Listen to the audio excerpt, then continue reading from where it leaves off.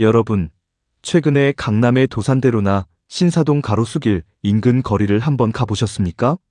혹시 이런 기분 느끼신 적 있으세요? 도로 위에는 수억 원을 호가하는 독일제 스포츠카와 이탈리아산 슈퍼카들이 줄을 지어 서 있습니다.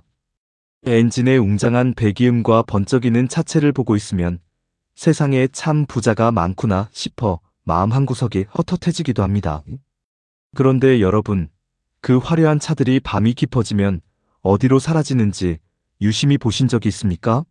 그중 적지 않은 차들이 강남 뒤편의 낡은 빌라촌이나 성인 한 명이 겨우 누울 법한 좁디좁은 한 칸짜리 원룸 건물 앞 골목길로 스며듭니다. 겉은 금칠을 한 듯 번지르르한데 막상 그 주인의 삶을 들여다보면 텅 비어 있는 경우를 자주 봅니다. 이른바 카푸어의 삶이죠. 저는 이런 풍경을 마주할 때마다 가슴 한구석이 서늘해집니다. 이게 단순히 젊은 친구들의 객기가 아니라 우리 사회 전체에 닥쳐올 거대한 경제적 몰락의 전조 증상처럼 느껴지기 때문입니다. 사실 이런 현상은 어제 오늘의 일이 아닙니다.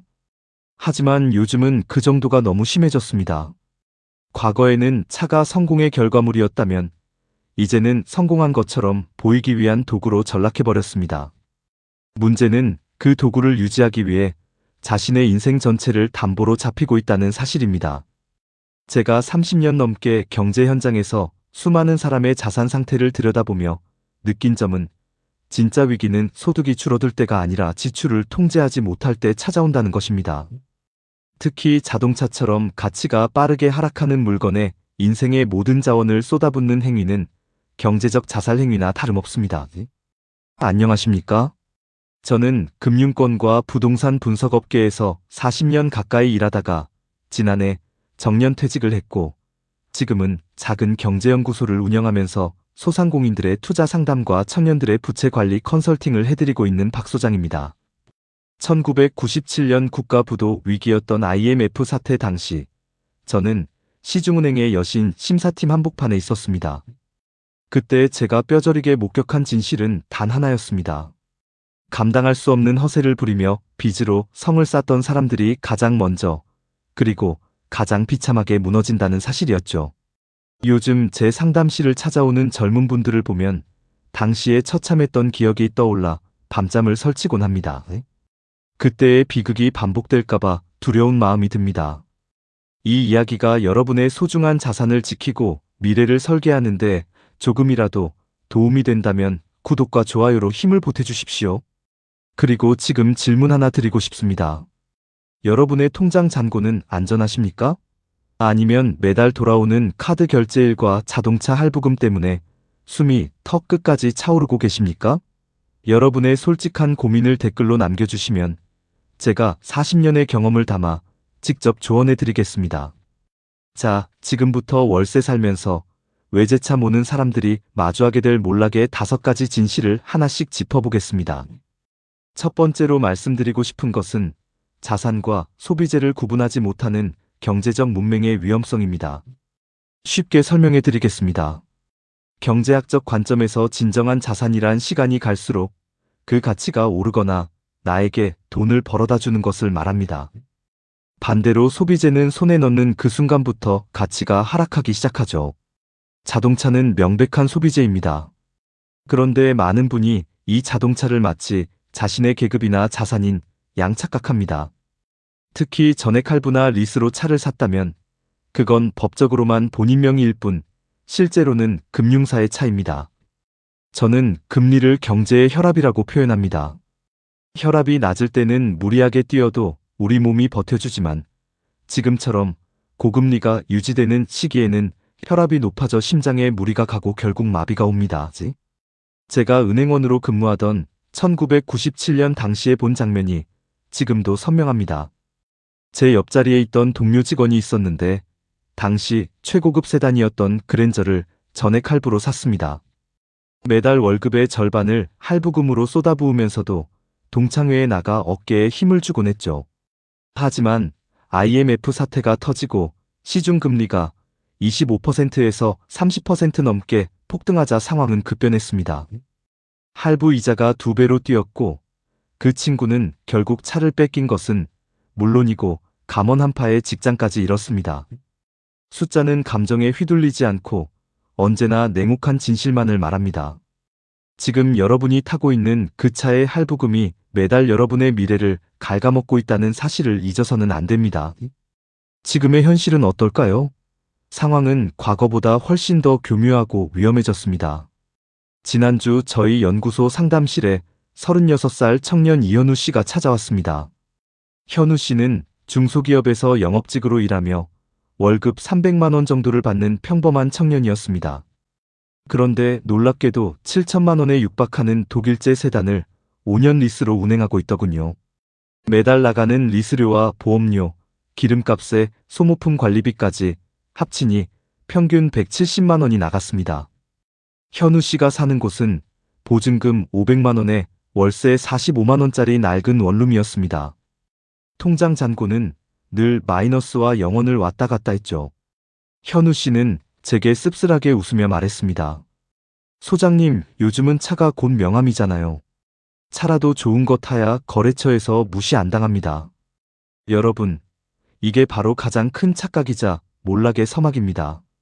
진짜 무시는 남이 하는 게 아니라 텅 빈 통장 잔고 때문에 스스로를 속이며 살아야 하는 본인이 스스로에게 하는 것입니다. 여러분, 지금 이 영상을 보신다면 즉시 확인해 보십시오. 본인의 총소득 대비 차량 유지비가 차지하는 비중을 계산해 보셔야 합니다. 만약 여러분 소득의 30% 이상을 자동차에 쓰고 있다면 여러분은 지금 폭우가 쏟아지는 절벽 끝에서 외발 자전거를 타고 있는 것과 다름없습니다. 이미 여러분의 인생 계좌에는 시뻘건 경고등이 켜진 상태입니다.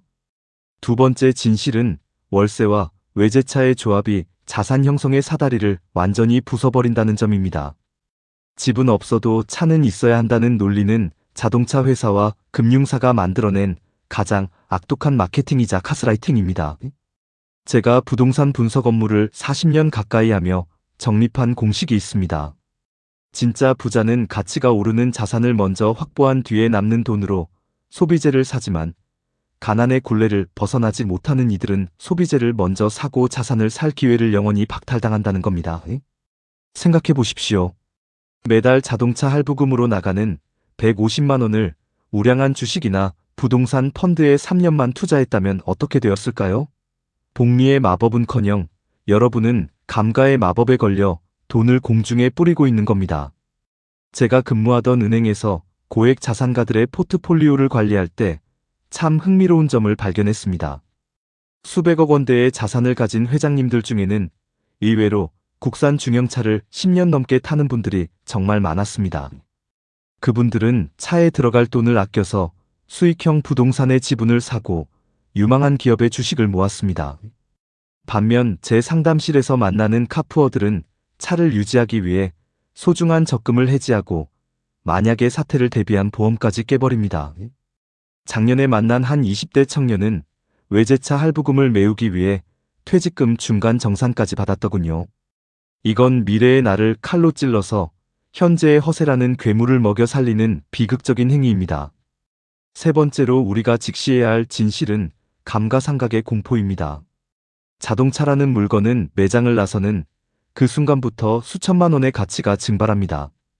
제가 과거에 중고차 담보 금융 상품을 설계할 때 정밀하게 데이터를 분석해 본 적이 있습니다. 인기 있는 고급 외제차라 할지라도 3년이 지나면 신차 가격의 40%에서 50%가 사라집니다. 만약 1억 원을 주고 산 차라면 3년 만에 5천만 원이 허공으로 날아가는 셈이죠. 여러분이 만약 5억 원짜리 아파트를 샀다면 3년 뒤에 그 가치는 5억 5천만 원 혹은 6억 원이 되었을 수 있습니다. 하지만 1억 원짜리 차는 5천만 원짜리 고철이 되어갑니다. 여러분은 지금 매달 100만 원이 넘는 현금을 길바닥에 그냥 뿌리고 있는 것과 같습니다. 이 사실을 깨닫지 못하면 평생 돈의 노예로 살 수밖에 없습니다.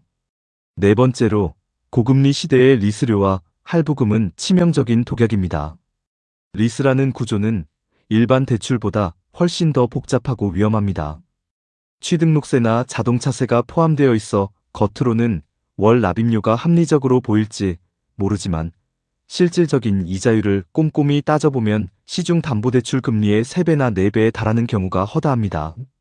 제 상담실을 찾았던 50대 자영업자 김 사장님이라는 분이 계셨습니다. 무리하게 리스로 고급 승용차를 뽑았다가 매출이 꺾이자 리스료를 감당 못해 승계를 하려 했지만 이미 감가가 너무 심해 승계조차 되지 않았습니다. 결국 그분은 원금보다 더 큰 위약금을 물고 신용불량자 위기까지 내몰렸습니다. 여기에 하나 더 덧붙이자면 수입차의 수리비와 유지비는 상상을 초월합니다.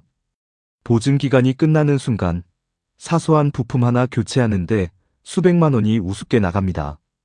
현우 씨 같은 청년들은 차가 고장나면 고칠 돈이 없어 차를 세워두거나 제3금융권에서 고금리 대출을 받아 수리비를 충당하기도 합니다. 이게 사람 사는 모습입니까? 아니면 기계의 노예로 전락한 모습입니까? 금융사 영업직원들은 결코 이 위험을 먼저 알려주지 않습니다. 그들에게 당신은 그저 비싼 수수료를 안겨주는 실적 재료일 뿐이기 때문입니다. 5번째 진실은 이 가짜 소비가 가져오는 사회적 고립입니다. 비싼 외제차를 타면 주변에 성공한 사람들이 모일 것 같습니까? 천만의 말씀입니다.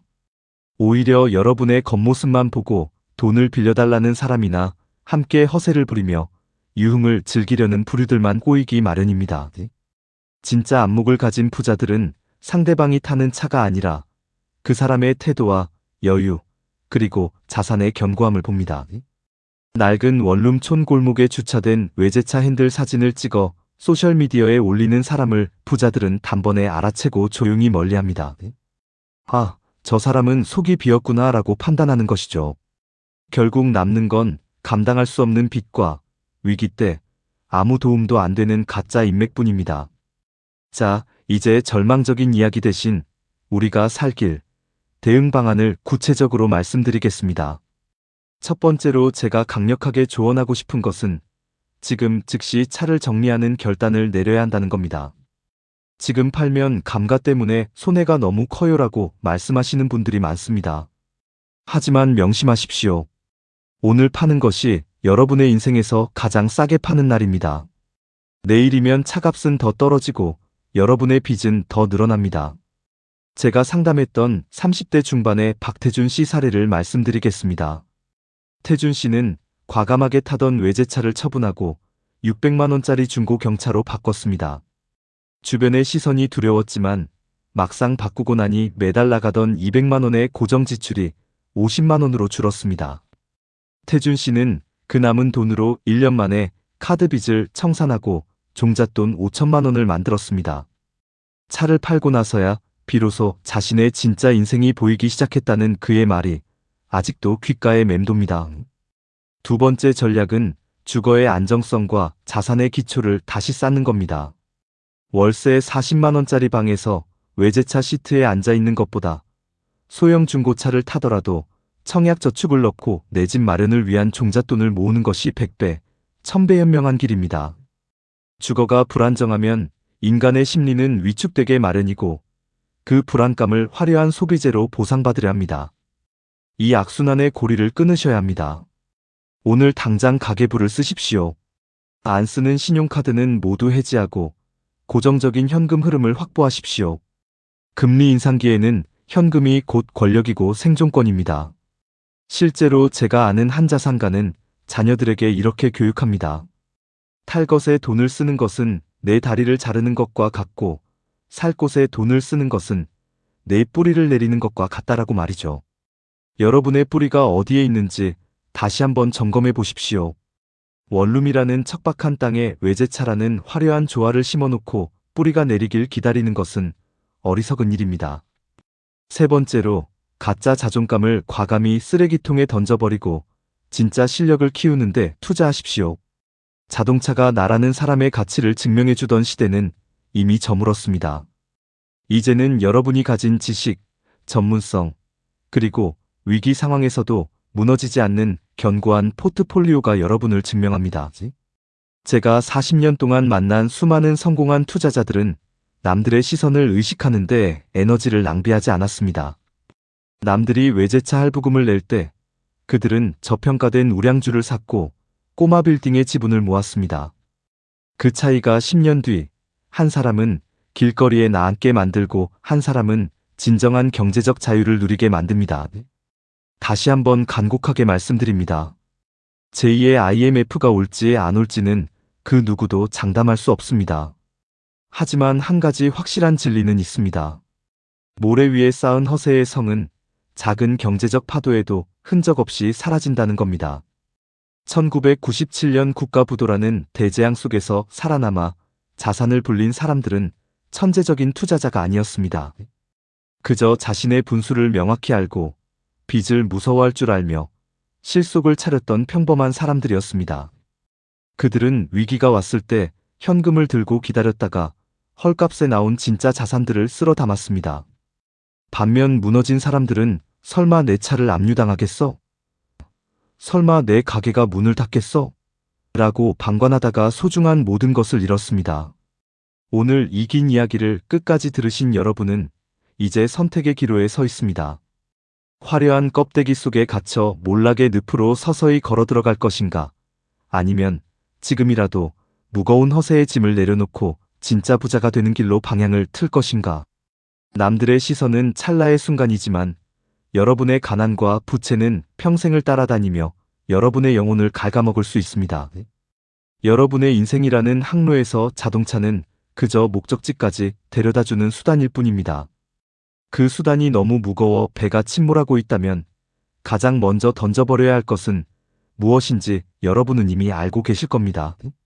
체면보다 중요한 것은 생존이고 과시보다 중요한 것은 실속입니다. 내일 아침 눈을 뜨면 작은 행동 하나부터 시작해 보십시오. 책상 서랍 속에 넣어두었던 자동차 리스 계약서를 꺼내 실질 이자율을 꼼꼼히 계산해 보십시오. 그리고 중고차 매매 사이트에 들어가 내 차가 지금 얼마에 팔리는지, 내가 갚아야 할 원금보다 적지는 않은지 냉정하게 확인하십시오.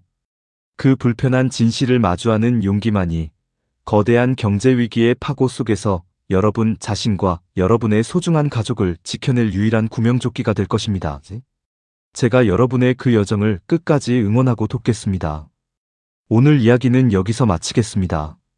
긴 시간 경청해 주셔서 감사합니다.